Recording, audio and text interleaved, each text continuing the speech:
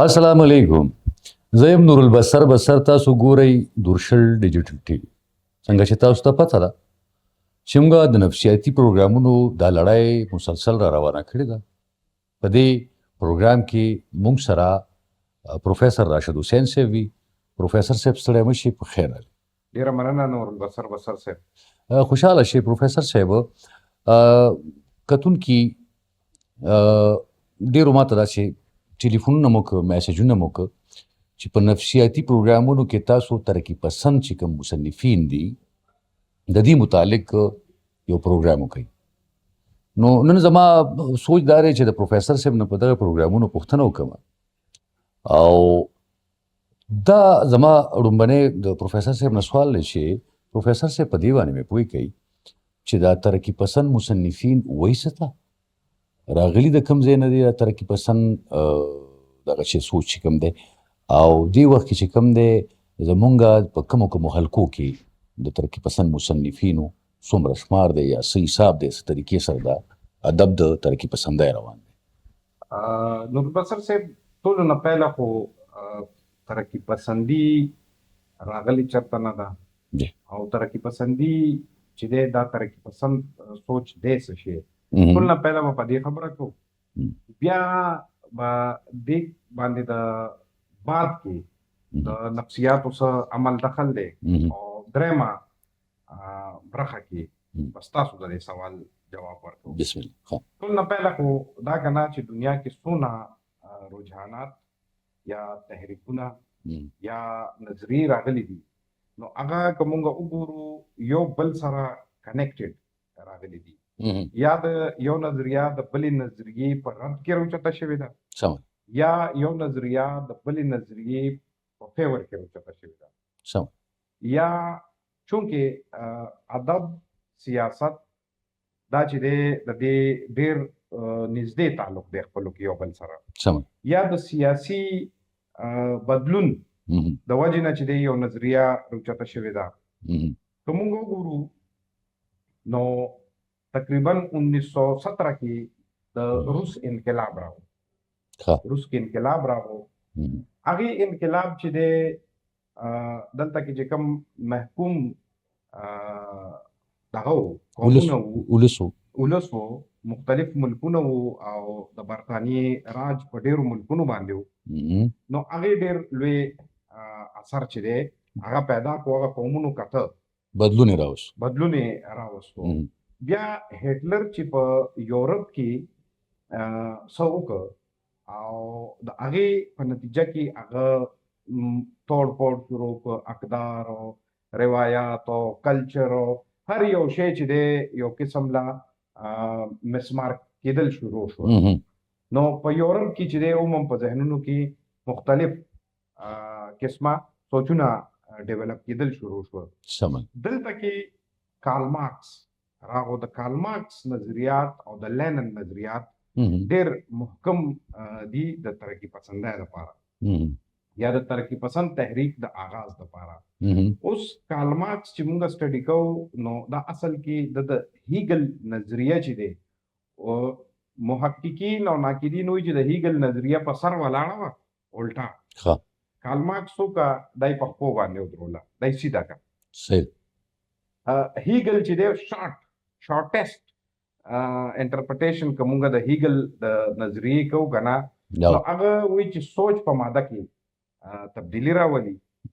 سوچ په ماده کې تبدیلي راولي. هغه پرایورټي چې دی سوچ ته ورکړې ده. د هر یو تیسیس یو انټي تیسیس وي، او دا چې دی چې میلو شي نو یو سنتیسیس جوړ کړي، او دا اصل تیسیس دا وي. د هغه دا قسمه خبرې وي، خو هغه پرایورټي دغه ته سوچ ته ورکوله. کارل مارکس چې دی د هغه فلسفه د مادیت فلسفه وه. هغه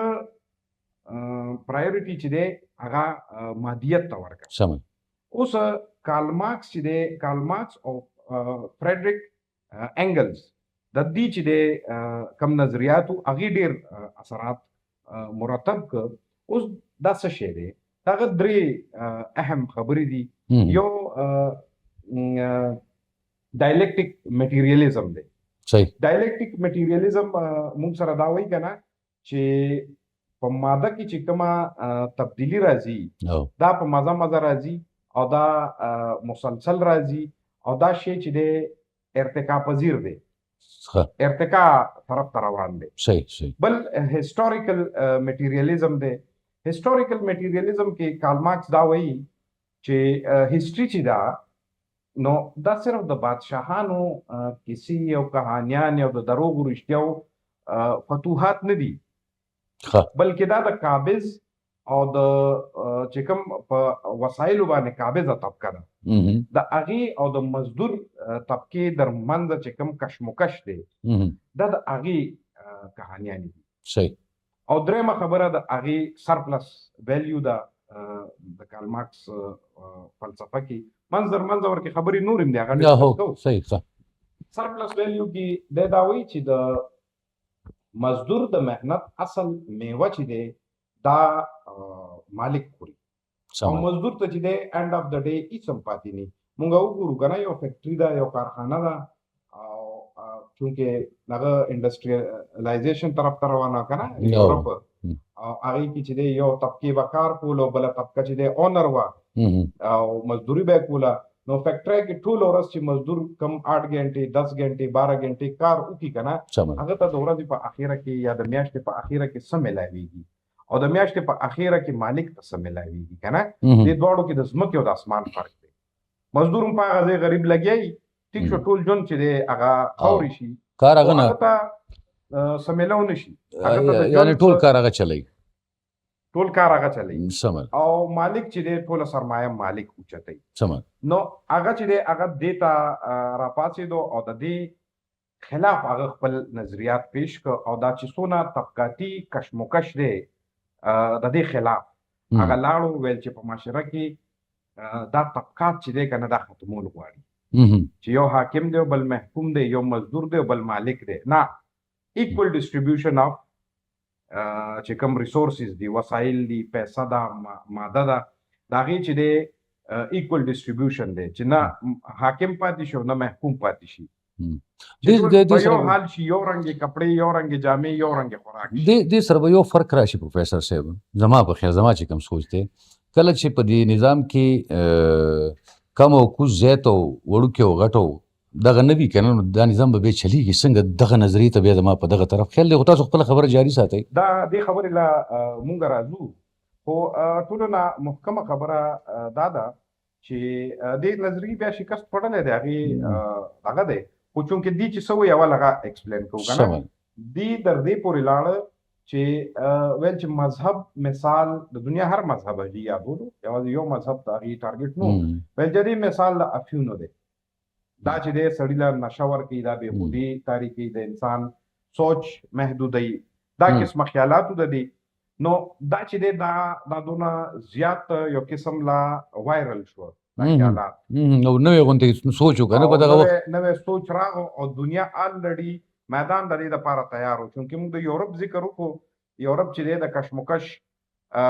شکار و جرمني کې هټلر چې کوم څه کوله د هغې اثرات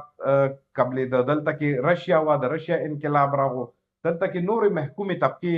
وې که نه لکه بر صغیر و په بر صغیر کې چې دی هغې ته خو دا نظریه اپیل ځکه کولو چې هغه هلته کې خو آلریډي دلته کې د برطانیې حکومت و او حاکم او محکوم روان و هغې خپل چې دی یو قسم له پناه په دې نظریه کې او نوې شی ورته ښکاره شو د غلامیانو دور نه اوس روزي دا دور که نه روزي نو هغه چې دی ډېره په تیزۍ باندې لاړه په دا چې دی شاعرانو ادیبانو چې دی دا نظریه خپله کړه او دلته کې تقریبا چې 8 اجلاسه په بر صغیر کې د ترقي پسندو شوي دي تقریبا د 1956 پورې اوس خو تقریبا 1937 نه زه غلطۍ کوم نه 1937 نه د 1956 پورې مختلفو ادوارو کې شوي دي. دی په شاعرۍ باندې خپل اثرات مرتب کړي دي په افسانه باندې هم کړي دي او په مختلفو اصنافو باندې کړي دي او د دې مقصد چې دی د مزدور طبقې حمایت او د محکوم حاکم او د محکوم خاتمه د وسایلو برابر تقسیم او د دی ویل چې ماضي فراموشي او په د دې کې خانو کوم یو د خانو د دیکان هغه کیسې آه، په شعر کې باقاعده شته دی او آه، زمونږ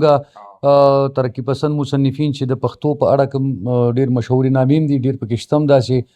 او تقریبا زما په خیر په هر ضلع کې ترقی پسند مصنفین خپل کار کړی دی دغه چې اردو والا هم زمونږ جی بالکل شته دی او پروفیسر صاحب عجیبه خبره دا ده که نه چې څنګه تاسو وویل که نه چې لکه د نظام په دې بدلون کې دې دوه شیزونه ټچ که یو خو دې وویل که نه چې مذهبي کم ټول مذهبونو کې چې کوم دغه نو دي هغې له په مخه ورغه ټیک شو جي او بله خبره پکې دا ده چې دې خلکو هغه دور چې د غلامۍ دور و هغې نه په مخه ورغه سمه ده بیا د دې په معاشره باندې اثرات او معاشره باندې اثرات دا چې لکه مطلب دی دا خو یو ناکام او شکست خورده سوچ زما په خیال تقریبا چې دا د دې فطرت سره چې کوم دی په ټکر کې رااله زما په خیال ستاسو په دې دا خبره ستاسو بالکل ټیک ده یو خو د دې چې کومه نظریه وه پورې مونږه رومانوي تحریک دې نه مخکې ډسکس کړی د هغې ناره وه ادب برای ادب د دې ناره وه ادب برای زندگی یعنی کوم د زندګۍ حقایق دي که نه ادب کې هغه راوله غربت دی افلاس دی لوږه ده تنده ده که نه دا شی دی خو دلته کې یو قدرتي څیز دا دی که نه چې دې نظام تاسو وګورئ د اشتراکي نظام چې کوم یو مادي نظام هغې په روس کې شکست وخوړو چې په روس کې شکست وخوړو هغه شی هغسې نه شو ځکه دا خو قدرت پیدا کړي او د فطرت سره ټکر دی پیدا کړی که نه ګوره یو انسان له د یو څیز اوس دوه شاعران دي یو له چې دی د شاعرۍ لږ صلاحیت ورکړی دی بلې چې دی خوشحال بابا الله پاک پیدا کړی دی ټیک شوه بلې چې دی د کم سطح شاعر پیدا کړی داسې انجینران دي داسې هر یو فیلډ کې کم او زیات چې دی دا فطري شی دی نو دغه فطري ډیفرنس چې دی که نه تفاوت دا د انسانانو نه عقل چې ناممکنه ده نو د دې نظام چلیدل هم چې دی ناممکنه شوه او ثابت شوه بل دې سره دا حساب وکړه چې دی د مازی نه خو منحرف وو د مازی چې کوم دغه وو هغې نه منحرف وو تر دې پورې چې علامه اقبال ویلي سلطانی جمهور کا آتا ہے زمانہ جو نقش کوہن تم کو نظر آئے مٹا دو نقش کوہن چې کوم یو و زاړه بل شعر جس دیش میں جس قید سے دہقان کو میسر نہ ہو روزی اس قید کے هر خوشه گندم کو جلا دو ٹھیک ده هغه خو ټیک ده دغه کوي د هغه خپل یو لاره وه په ترقي پسندۍ کې د هغه خپل یو لاره وه خو لکه هغه هم ترې نه انسپایر و نیز پیغمبر ولی در بغل دارت کتاب دغه متعلق هغه وایي که نه د لینن متعلق وایي بهرحال دې سره څه د مستقبل څه داسې مساله نه وه چې ته ماضي نه منحرف حال کې تا سره څه سلوشن نشته او د مستقبل تا سره څه لاه عمل نشته نو دی د دې نظریې چې دی بس صرف بګاړ پیدا کو بګاړ پیدا کو در دې پورې چې نعوذ بالله د الله د ذات نه ورکې خلق منحرف شو دلته کې داسې افسانې لیکلی شوي دي خاص کر اردو ادب به درته یاد کړمه چې هغې کې په مذهب باندې ډېر ګنده دغه شوي دي او مذهب یو داسې شی دی چې دا زندګۍ له پرپز ورکوي زه ستاسو دې خبرې ته زما خیال شو خیر راشد حسین صاحب زموږ سره وخت کم دی مقصد مې د خبرې دا دی چې کله فطرت له ته په ټکر ورشي که نه او بیا د الله چې دا څه کمزوري پیدا کړي څه ښه پیدا کړي الله په خپل نظام چلی د دې نظام چلولو لپاره انسان خپلې تجربې کوي چې په هغې کې خپلې نبیوالې راولي خو هغه انساني سوچ دی چېرته د خالق پروردګار کریټ شوی یو جوړ شوی شی او چېرته انساني یو جوړ شوی شی په دې کې ډېر زیات فرق دی په دې کې به خامخا ټکر راځي مزید په دې ډېرې زیاتې خبرې کیدی شي پروفیسر صاحب نن ډېر فارم کې هم دی او ماشاءالله د دې فکر هم ډېر فراخه فکر دی باقاعده د دې سره زندگی ده نو موږ وایو چې مزید پروګرامونو کې به انشاءالله د دې تفصیلي بحث وي اوس خپل نور البصر له اجازت ورکوي د خدای په امان